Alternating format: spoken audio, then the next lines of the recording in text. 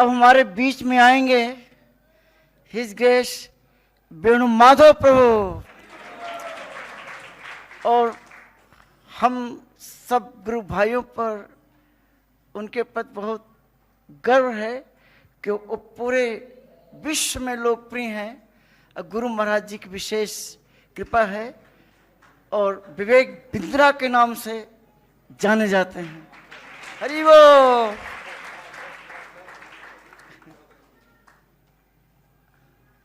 आए वेणु माधव प्रभु।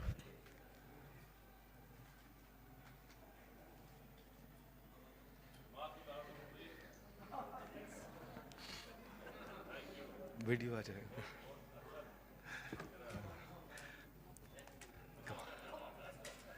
नमो विष्णुपदाय कृष्ण पृष्ठाय भूतले श्रीमते गोपाल कृष्ण गोस्वामिते नामने प्रभुपादस्य साहित्यम यह प्रकाशस्य वितीर्च चारम कृतवान् साधु भगवत्। हरे कृष्णा। मैं पूरी दुनिया में बोल सकता हूँ, बस गुरुदेव के सामने बोलने में तकलीफ होती है। तो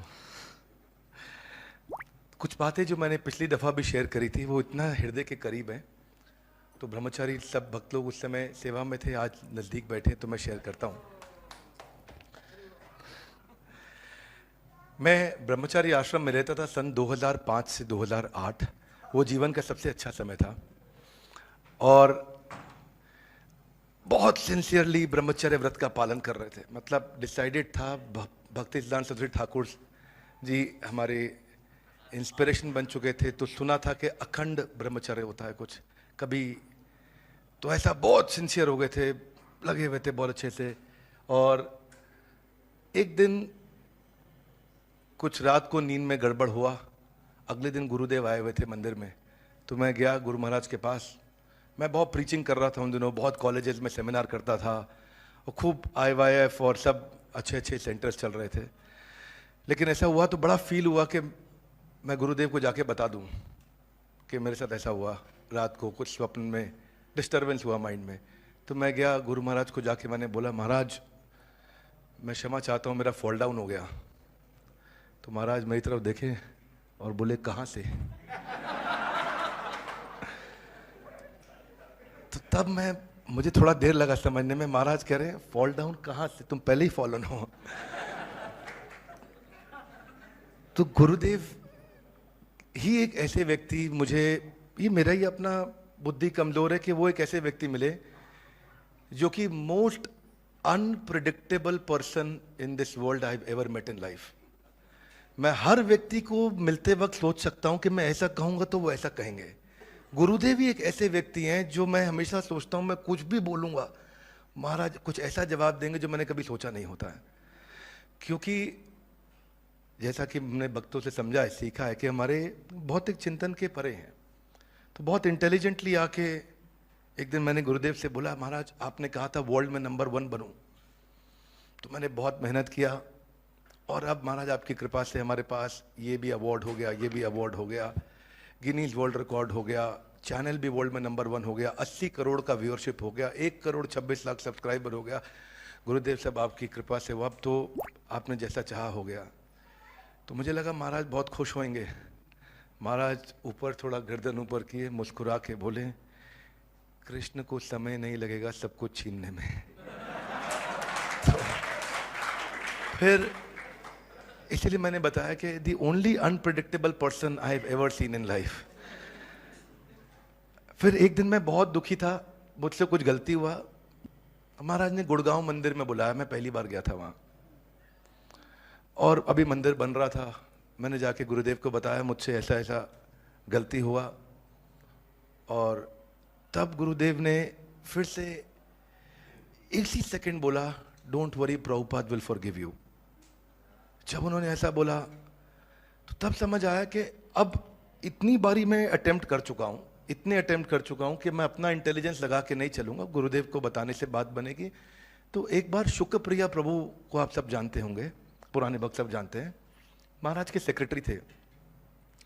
और ये अजीबोगरीब इंसिडेंट है, मैंने बताया था शायद पिछली दफ़ा शेयर किया था। पंजाबी बाग मंदिर में 2004 का समय था और मैंने गुरुदेव को रिक्वेस्ट किया कि आप क्या मेरी गाड़ी में ईस्ट ऑफ कैलाश मंदिर तक चलेंगे। महाराज अग्री कर गए। मैं नया भक्त था बिल्कुल, और शुक्रप्रिया प्रभु ने थोड़ा प्रेशर बिल्ड करना शुरू कर दिया कि महाराज को लेट हो रहा है, बस निकलने वाले हैं, एकदम तैयार रहना। तो मैं तैयार था, साथ में केशव मुरारी प्रभु भी थे, अभी हम आश्रम ज्वाइन नहीं किए थे, दोनों पैंट शर्ट में हुआ करते थे। तो हम तैयार हो गए। अब हमने शुक्रप्रिया प्रभु से पूछा, प्रभु गाड़ी में ना डीजल नहीं है, थोड़ा कम है, तो भरवा लाएं। अरे क्या बात कर रहे हो महाराज, किसी भी समय निकल जाएंगे, बिल्कुल बहुत लेट हो रहा है। अब हम डीजल भरवाने जाएं कि नहीं जाएं, जाएं कि नहीं जाएं, और प्रेशर बिल्ड होता जा रहा है कि महाराज निकलने वाले। महाराज जी को निकलने में कुछ समय लग गया, पर रुकना ही था। बैठे महाराज जी, हमने गाड़ी स्टार्ट किया, अब डीजल था नहीं, अब प्रेशर और बिल्ड हो गया। अब हमने सोचा कि पेट्रोल पंप में डीजल भरवाएं कि नहीं भरवाएं। अगर भरवाया तो टाइम लग जाएगा, और नहीं भरवाया तो गाड़ी बंद हो जाएगा। और हम डिसाइड नहीं कर पा रहे थे, नया भक्त था मैं, बहुत बिल्कुल डिसाइड नहीं कर। तो मैं गाड़ी चलाते चलाते कभी डीजल बचाने के लिए एसी ऑन कर रहा था, कभी एसी ऑफ कर रहा था। मैं कहा मैं एसी ऑफ करूंगा थोड़ा डीजल कम लगेगा। तो मैंने ऐसे ही पूछा गुरुदेव से कि आपको एयर कंडीशन कैसे चलेगा? तो तभी गुरुदेव ने बोला, मुझे सर्दी गर्मी सुख दुख मान अपमान का कोई असर नहीं होता।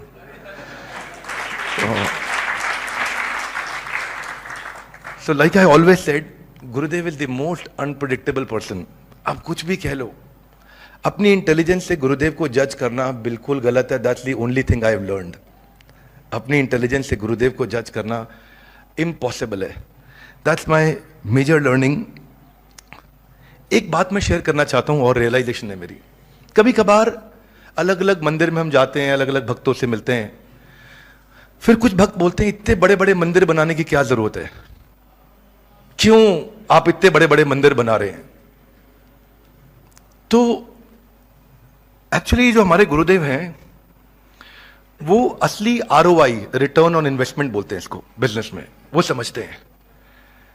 क्योंकि जैसे अनाज की खेती करते हैं ना, देखिए एक बारी मंदिर बनता है उसमें 100-50 करोड़ लगता है, पर वो उसका जो ROI है वो अगले 2 साल 5 साल तक नहीं आता, क्योंकि फिक्स्ड कैपिटल तो एक बार इन्वेस्ट होती है और वही मंदिर से अगले, ऐसे जैसे अनाज की खेती हर 4 महीने में करनी पड़ती है, फिर बो फिर उगाओ, फिर बो फिर उगाओ, फिर बो फिर उगाओ। एक बार आम का पेड़ लगा दिया, 4-5 साल तपस्या जाएगी, कुरुक्षेत्र मंदिर बनाना, सब मंदिर बनाना, खूब तपस्या जाएगी। लेकिन एक बार बन जाता है, आम का पेड़ लग जाता है, तो उसके बाद अगले 200 साल आम अपने आप मिलते रहता है, मिलते रहता है, मिलते रहता है। और ऐसे ही हमारे मंदिर जो श्रील गुरुदेव ने इतने स्पीड और स्केल, क्वालिटी और क्वांटिटी दोनों को स्केल करना बहुत मुश्किल है। बहुत ही कम लोग ऐसा कर पाते हैं जो क्वालिटी और क्वांटिटी दोनों को स्केल कर सके। तो गुरुदेव ने इतने सारे मंदिर बनाए, इतने बड़े बड़े मंदिर, जहां आने वाले सैकड़ों साल तक भक्त बनते ही रहेंगे, बनते ही रहेंगे, बनते ही रहेंगे, बनते ही रहेंगे, बनते ही रहेंगे।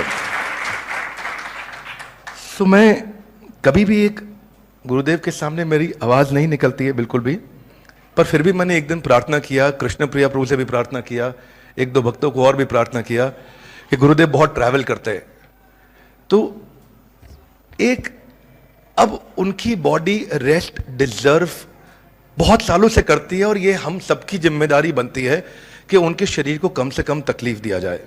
आप लोग अग्री करेंगे? हरि बोल। तो ऐसा आज अब गुरुदेव जब कुछ बोलते हैं तो बोलने के साथ पूरा शरीर इस्तेमाल करना पड़ता है उनको, पूरा शरीर हिला करके बोल पाते हैं। तो वो देख के बहुत दुख लगता है, उस समय बहुत दर्द होता है।